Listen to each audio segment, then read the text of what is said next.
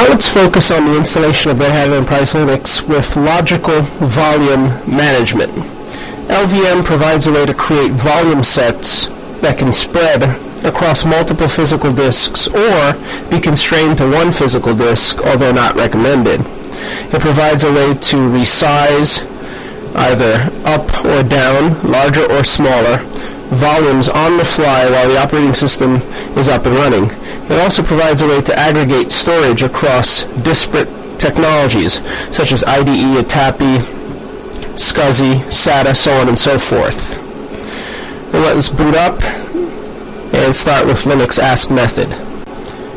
So we're back to the main menu. Again, we're using the boot ISO image as opposed to the first CD of 5 or the DVD with the binaries on it. We're using the small 7.2 megabyte boot ISO image, which will then give us the ability to connect to the network and install the remainder of the packages. In order to do so, we'll indicate Linux ask method, and we prefer that we enter the graphical mode as it provides an easy-to-use interface. However, the text-based interface supports both LVM as well as RAID and the other options that you can perform or interact with using the graphical installer.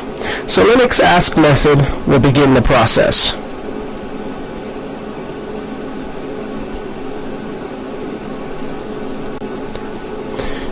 And now we're booting, the drivers are loading, the common drivers that are common to most widely used hardware options within the PC environment.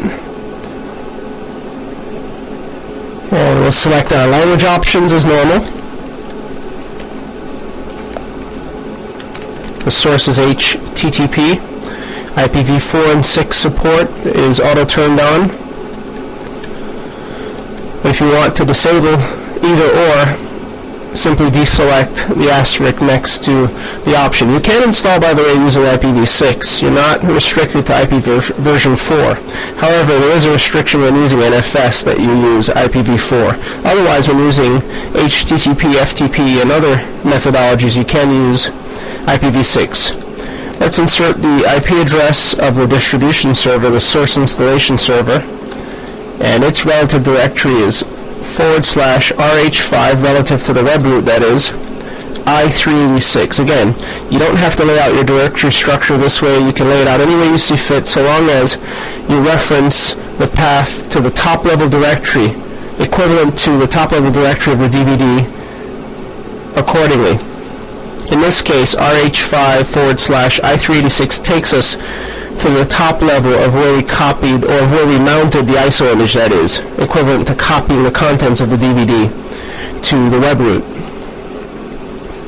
This will reach out to the network and get the stage 2 image and other applicable files. Once you see retrieving images, stage 2 at image, you know that your networking support is working. If you get a failure at this point, chances are your DHCP server has not assigned you an IP address, or perhaps your system's a multi-home system, maybe it has multiple network interfaces, and perhaps you have the wrong one plugged in to your local area network. Let's proceed. And when we get to the partitioning section, we'll remove the RAID partitions, although you can create LVM partitions that are based on RAID partitions. We'll skip the installation number.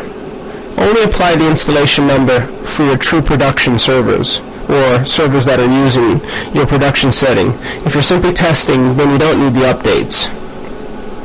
We'll install a clean copy, as opposed to upgrading the existing installation. Here are the disks. Again, advanced storage configuration allows you to connect to iSCSI targets. We'll change this to create custom layout. That's the option you need to select in order to interact with the interface, the disk droid interface, to create LVM, RAID, and various partition types. We want to delete the partitions that are on the drive. Now you can select the partition independently, but if it belongs to a RAID set, you first need to get rid of that set. So the RAID set ties it all together. Otherwise, the interface complains that the individual software RAID partitions belong to a RAID device. You can clean up your partitions by selecting them from the graphical interface above. And once you see free space associated with the drive, then you know that it is raw storage and can be reassigned to LVM. So let's clean everything up. We'll remove the small partition that you see here.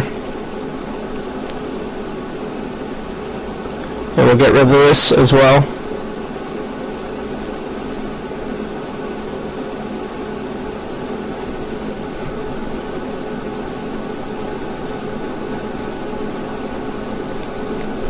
Plus a small space which was used for swap. The second is free, and the third disk is also free because it had a software RAID partition. So now we've got 3 free disks. So to set up LVM, it's premised on defining physical volumes. You first need to define physical LVM volumes, volumes that can be used with LVM. After you've defined those physical volumes, you associate them with a volume group, and then you create a logical volume. So there are basically 3 steps that are involved in creating an LVM presented volume. And it tells you here at least one unused physical volume partition is needed to create an LVM volume group. So we need to create one or more partitions that are physical LVM volumes and associate those volumes with an LVM volume group. Once we've got an LVM volume group, we can create one or more logical volumes out of the volume group. Again, the default installation creates LVMs, or logical volumes.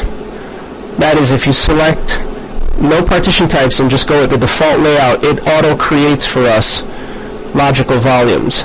So we need to find some space. Here's an ext3 that we didn't remove. Let's remove it. And you need to also determine whether or not you want your boot partition to be a part of the logical volume. Generally, I opt for it not to be, just to keep it separated from the logical volume, but there's nothing preventing you from doing so.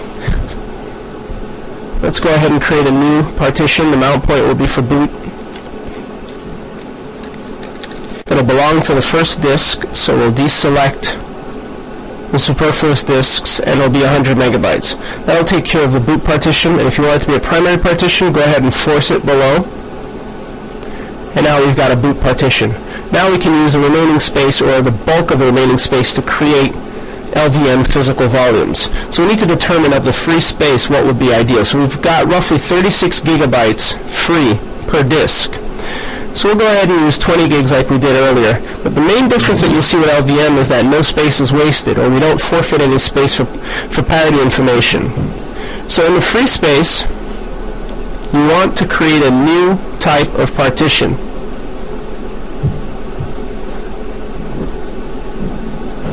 We'll navigate to physical volume, and just like before, set it to 20,000 megabytes, which is roughly 20 gigabytes. It doesn't need to be a primary partition. So that's our first physical volume. Again, if we were creating LVM partitions from the file system or from the command line while the system's up and running, this is the first thing we'd do. We'd create physical volumes using pv-create followed by the name of the partition in the dev tree. So it would be /dev/SDA2. On the second disk, new partition, no mount point, just navigate to physical volume, deselect the superfluous drives, and set the size of the volume.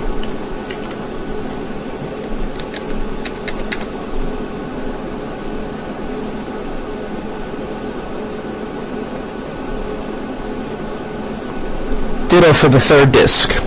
We're going to create a 20 gigabyte physical LVM volume.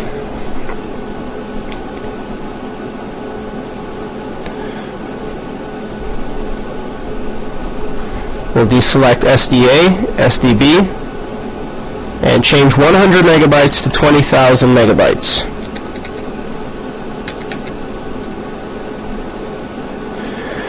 So now we have 3 physical volumes spread across 3 physical disks, which will improve performance.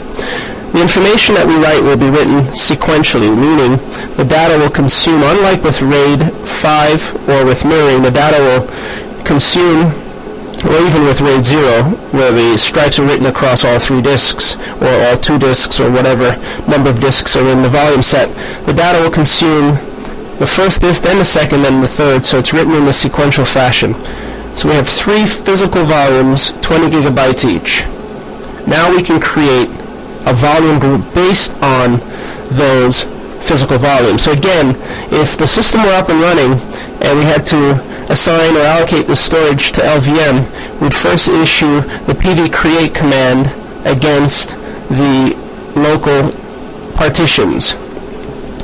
Then we'd create the volume group with the vg-create command, assigning the disks to the volume group, followed by the lv-create command, which creates the logical volume.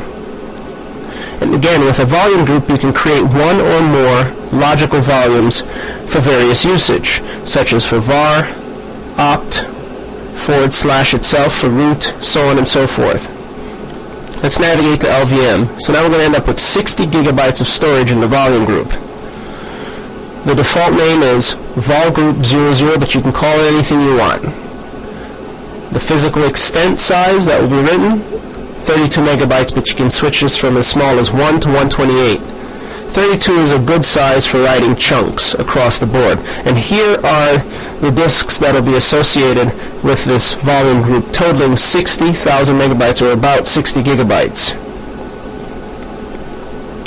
We can then add logical volumes and mount points and sizes by clicking on Add, determining what the mount point will be, for example, beginning with root, and determining the size. So instead of using all of it for the root, let's make root 10 gigabytes.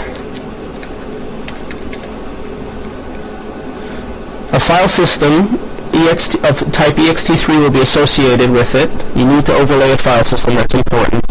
Now we've got about 10 gigabytes to log vol00. It's named for you by default unless you specify a name. You could call it root or just leave the default nomenclature. Let's create another logical volume.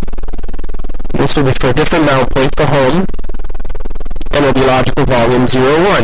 And instead of 10 gigabytes, we'll make it 5 gigabytes. And as you create mount points, the remaining space will be reflected in this area where it says max size. So now we've got root as well as home. Let's create yet another logical volume, and it increments by 1. This will be log vol2. And we'll make this the user space where software is typically installed. We'll also make this 5 gigabytes, or about 5 gigabytes, which leaves us about 45 gigabytes to use, which means we can always extend the storage as we see fit, or as our users deplete our resources. So we've got root home user. Let's add yet another volume, log vol3. This will be for var. Let's make var 10 gigabytes to house all of our log files, which will leave us about 30 gigabytes free. Let's go ahead and add again. And we've got some additional options such as user local, opt, as well as temp.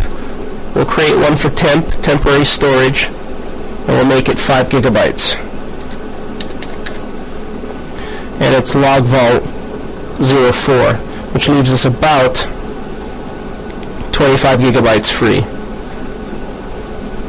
So we've got about 25 gigabytes, which is the maximum size available free. And at this stage, we can determine to leave the free space for expansion of any of these logical volumes. Again, the beauty of logical volume management is the ability to resize any of these partitions at any point.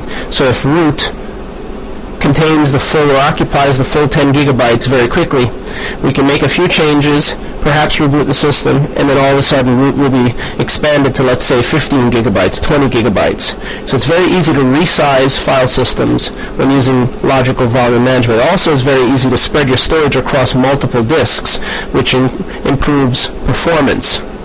So we have multiple partitions. So this lesson or section here focuses on custom partitioning using logical volume management during installation. We'll go ahead and click on OK. We've yet to define a swap partition, but we've got volgroup 00, that is, which includes multiple logical volumes for different mount points: temp, var, root, user, and home. Super. Now at this stage, we should create swap somewhere. Let's do so on the second disk where there's free space. Click on New, File system type, swap, and we'll set it to be, this is on the second disk, so we'll deselect the third and the first. We'll set it to be twice random access memory, or 1024 megabytes. And now we've got swap, and now our partition table is set, and we still have tons of free space left for expansion. Both within the individual physical volumes, which are associated with the volume group, as well as within the free space left on each of the disks in the event that we need to expand the underlying physical volumes. Again, logical volume management provides all of this flexibility, the ability to rework your storage on the fly, and in many cases without having to reboot or interrupting user access. So with that said, let's move forward in the installation. We've laid out a custom partition, and the root partition will be located within the dev tree vol group 00, logical volume 00. It's important that we use a bootloader password for security, which will be encrypted in the grub configuration file for our safety in the event that the system's physically compromised. We'll click Next to move on. DHCP will configure the interface, but will manually name the system.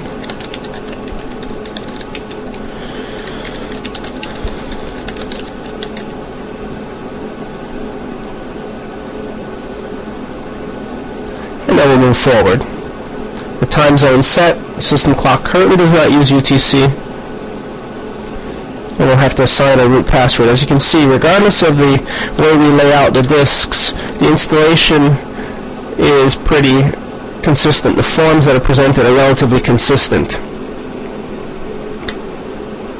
So with that said, we're presented with default software categories, but if you'd like to customize the software, navigate to Customize Now, navigate to Next, and then we're presented with the categories we saw earlier on. So pick the software that's of interest under each category, such as applications, development, if you need development libraries, but just lengthens the installation process.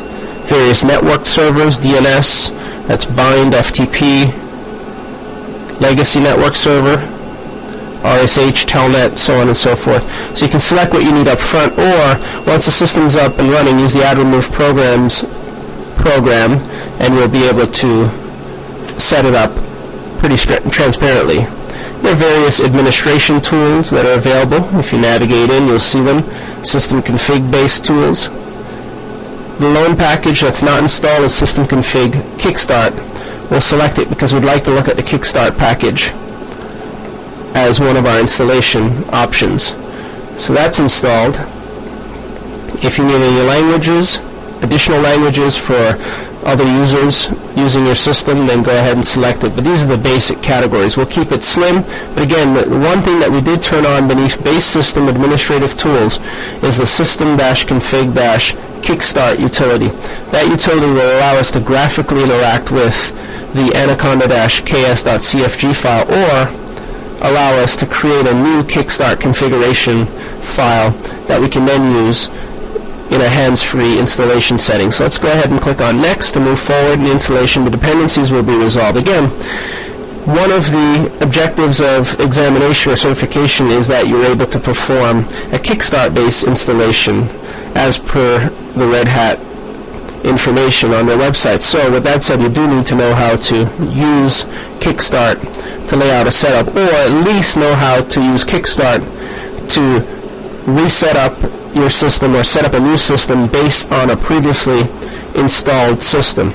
Since every installation of Red Hat creates the anaconda-ks.cfg file in root's home directory in addition to the install.log file. So we always have a template after we've installed the operating system that can be then applied to similar systems.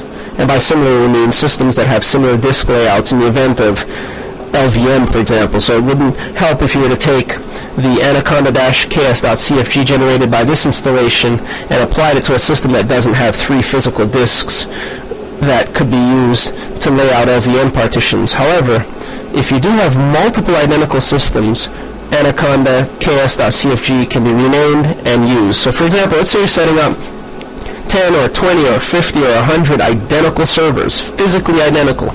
Set up one server, copy the anaconda-ks.cfg file to an accessible location such as an HTTP web server, IIS, Apache, what have you, and reference that ks.cfg file during installation. Just boot with your boot.iso CD, and when the main menu comes up, simply indicate ks equals and the full HTTP URI, such as http:// the IP address of the system, such as 192.168.75.100/ks.cfg, or wherever you happen to have placed the ks.cfg file. And then, if all of the answers or all the questions have been answered, the installation questions have been answered correctly, the installation will proceed by and large without any interaction or without your intervention.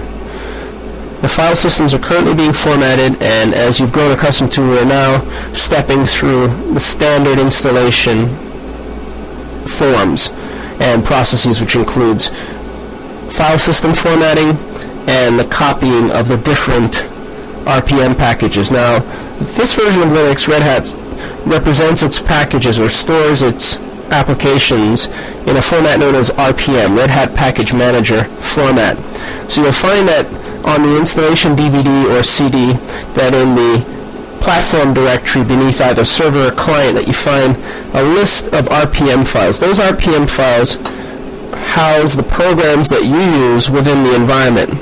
Whereas conversely, on a Debian system, you will find that the DVD or CDs contain .deb files, which are the package format, or which represent the package format used within the Debian space. Nonetheless, whenever using a Linux distribution that has package management, which most, if not all, modern Linux distributions do nowadays, you'll find that the programs are represented using the package management format of choice. SUSE Linux and Red Hat Linux both use RPM, or Red Hat Package Management format. And these are the programs that we see being copied, such as glibc common 2.5, the version number, .rpm.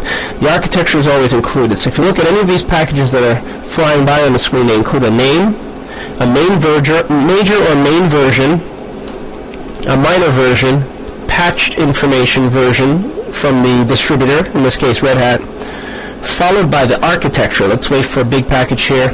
You'll see like i386 in the package. This is the way the distributor of the packages keeps track of the platform-specific packages, as different platforms require different packages. So 64-bit versus 32-bit versus, let's say, in the case of Debian, Spark, MIPS, or in the case of Red Hat, SUSE, IBM, S370, and other types. In other words, each platform has its set of binaries that the distributor supports, but you'll see a consistent nomenclature. Name, version, which includes major, minor, and patched version. Also the architecture. Now, some packages have no architecture, which means they're not architecture specific, which also means you can install them on any architecture supported by the distribution of Linux.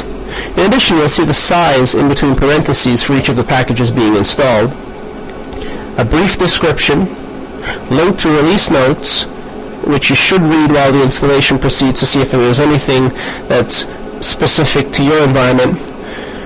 Over to the right, the remaining time, 10 minutes. And also in the background, you have multiple consoles, Control-Alt F1 through F6, which provide useful information regarding the status of installation, such as what packages have been installed, if there are any errors copying the package to install the package from the network resource or from the local media, such as CD or DVD, as well as device configuration for hard drives, network interfaces, the detected processors, the amount of RAM, the file systems that were created, how they were created, if they were created successfully, so on and so forth. So all that information is presented in the background on the various Control-Alt screens. So, for example, I've pressed Control-Alt F1 here. This is the original screen which launched the graphical installer. It includes information regarding the fact that it's going to start in graphical mode. This is Control-Alt F2, which provides a single user shell which you can use to interact with the installation process as it proceeds. You can see the directories as they're being created and execute some of the common commands such as ls, df-h, where you'll see that the different partitions we've laid out in the volume groups are all in place. Here's dev vol group 00, which with logical volume 0 through 4, representing the different partitions, and they're mounted temporarily during installation beneath mount sysimage and the appropriate names such as var user home, root for log vol 00, etc. So that's on Control-Alt-F2. Again, Control-Alt-F1 is the original screen. Control-Alt-F2 is a single user shell. You know because it's indicated below sh-3.1. Besides, during installation, services aren't available, so multi-user mode would not be available or made available. That's Control-Alt-F2.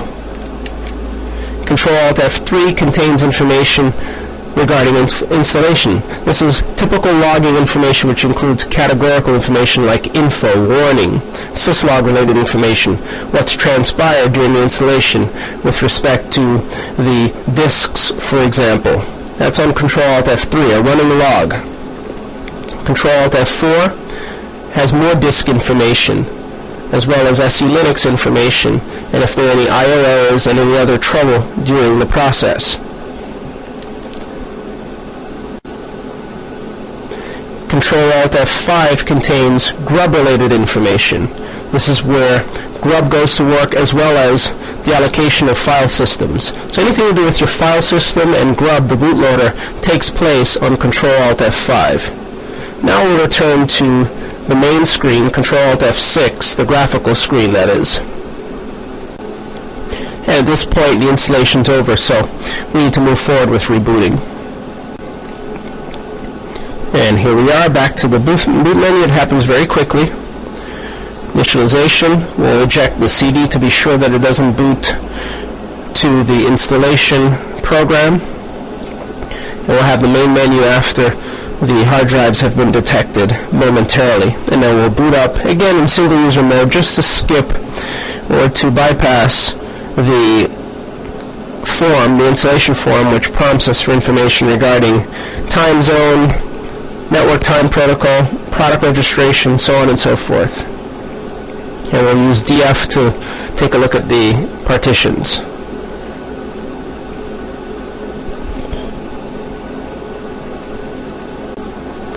Again, here's the main menu. In order to interact with grub, we'll have to press P to specify the password.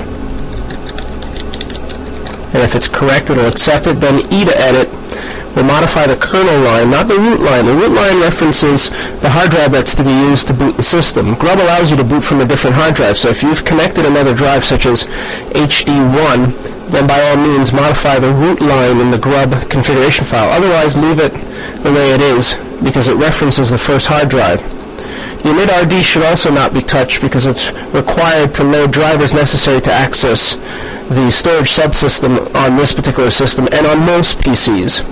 We'll edit and just append the option single, which will cause Linux to start in single user mode. So let's press B to boot, and if you just read through the menu, you'll see that B is the option to boot after you've edited, and this will take us in. And now we're starting up again in single user mode with the logical volumes coming up in a clean state. So let's confirm that all the volumes are in place. We'll close screen and execute df-h, and there you see beneath dev mapper the name of the volume group, each of the logical volumes. 00 represents root, which is about 10 gigabytes. 01 represents home, about 5 gigabytes. 02 represents user, about 5. 03 is var, it's about 10. 04 is the temp mount point, which is about 5 gigabytes. And the boot mount point has its own partition on the first hard drive, and it's the first partition, SDA1. It's about 100 megabytes. We've also got a tempfs entry used by the kernel, and that's our logical volume layout. Now there are LVM tools, such as PV display, for example, which will display the physical volumes on the system, SDA1 through SDB1 and SDC1, which includes the size of each of the volumes, about 20 gigabytes each. So PV display displays the physical volumes, whereas VG display displays the volume groups. There we see there's one volume group, 00, and this volume group is sized at about 60 gigabytes, of which we have access to all of it. It also lists in its status field the fact that it's resizable, and the access is read-write. You can also use LVM, which brings up another point that eluded us, to create read-only volumes, which are useful in many instances, analogous to an ISO image where it cannot be written to. So you can use LVM to share out volumes, resize volumes that are read-only. LV display displays the logical volumes, 0 through 4, including their sizes, their extents, the unique user IDs associated with them, and their locations in the dev tree. So you've got three sets of tools to help you interact with logical volume management, which we'll look at later on: PV, VG, and LV related tools such as PV display, VG display, and LV display. Now with that said, we're up with logical volumes. You know how to create them during installation using the graphical installer, and we're going to reboot to complete this installation. As mentioned, however, in root's home directory, you'll find the configuration file anaconda.ks.cfg. The less of it reveals the options that were specified during this installation, including where to get the source files, the binary files that is, so the source of the binary files, what to skip, the language format, the keyboard format, the network device and its host name that should be applied, and the protocol, in this case DHCP as opposed to static, the encrypted boot password, which is the grub password, the fact that the firewall is enabled but it permits port 22 access, that's the default firewall configuration, allowing SSH into the box, and DNS and DHCP replies, as well as other replies for web requests or any requests sourced from the system. The fact that for passwords we have shadow and MD5 turned on. If you want stronger encryption on your password files, you could use SHA-1, for example. The SE Linux policy is set to enforcing. The time zone, again, these are all answers to questions presented to us during the installation process. Where the bootloader is to be placed in the master boot record, the order of the drives, SDA through C, in that order. The options that are to be appended to the boot option or to the kernel boot option when grub calls the kernel. The password to associate, and partition information below. If you scroll down, you'll see what it does with the partitions. And we'll just spacebar to go one page down. Here you see the specifications for the logical volumes. These items are commented, by the way. Any item in a Kickstart configuration file that's prefixed with a hash mark is commented, and for good reason. Again, if you take this Kickstart file and attempt to install it in a system that doesn't have three physical disks labeled SDA, SDB, and SDC, the installation will fail or prompt you to lay out the disks. But if you're confident in the layout of the disks on the other systems, for example, if you use this Kickstart file on this local system or on identical systems, then uncomment all of the lines that pertain to disk configuration, minus these lines which are truly comments. It tells you here, following is the partition information you requested. Note that any partitions you deleted are not expressed, so on and so forth. It's not guaranteed to work, which is why it is commented. Also, prior to the creation of the partitions, we see clear part followed by Linux, which means it'll clear all Linux partitions from all of the disks on the system. It shows that a partition for boot is to be created with file system type ext3 size 100 on the SDA disk as a primary partition. And it shows the different physical volumes that are to be created for usage within logical volume management.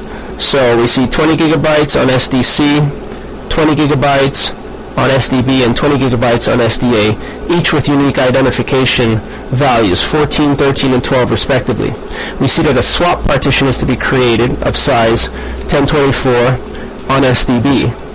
We see that a volume group is to be created, vol group 00, with physical extent size of 32K in this case, or 32 megabytes in this case, 32,768 kilobytes or 32 megabytes to include the physical volumes 12, 13, and 14. We see that logical volumes are to be created for temp, var, root, user, and home with various attributes for size, volume group association, and logical volume name, as well as file system type. Once the partitioning has been taken care of, we see information related to the packages that are to be installed. These are various classes of packages that we saw in the installation in the GUI interface, that is, such as Office, Editors, Text Internet, so on and so forth. After the packages, we have a sys report and a few other options, and it's over. The installation is complete. Now, there is the ability with Kickstart scripts to execute commands pre and post installation. So just keep that in mind in the event that you need to perhaps connect to the network, send an email with a shell script, or write a log entry somewhere so that you're notified that the system has been completed or has completed its installation. So with that said, this system's up and running with logical volume management. We can move on to other installation types. We'll reboot it.